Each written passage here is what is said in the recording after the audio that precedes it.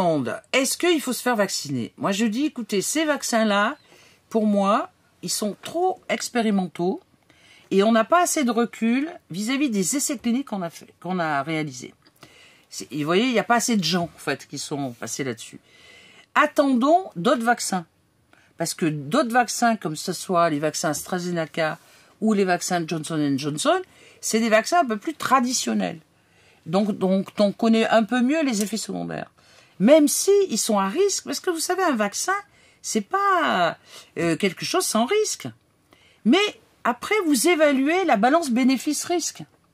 Vous avez une personne de 90 ans, ou de 70 ans même, et qui est fragile, vous voyez, qui a du diabète, qui est obèse, etc. Qu'est-ce que vous faites?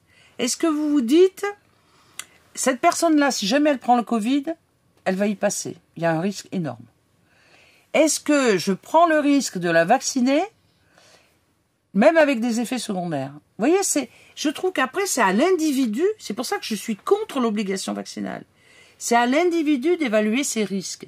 Si la personne a très peur du Covid, et elle vous dit, peut-être que le vaccin va me protéger, eh bien qu'elle se fasse vacciner.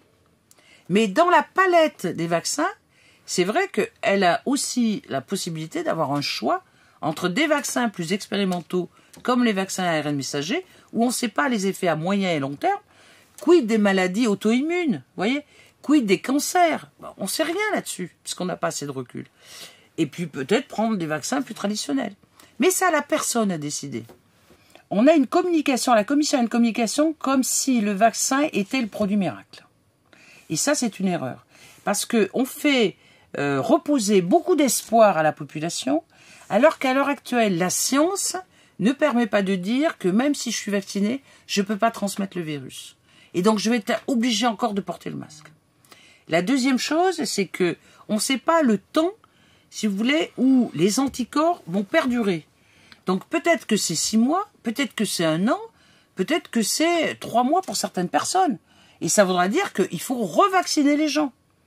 Donc, c'est pas le produit miracle. Et ce que je comprends pas, c'est pourquoi on n'insiste pas plus aussi sur les traitements. Et ça, c'est quand même des études très importantes à communiquer. Alors, je sais que ça se fait quand même. Il y a des essais cliniques qui sont faits là-dessus. Mais je sais qu'on a tellement truandé certains protocoles que, bon, je deviens un peu méfiante.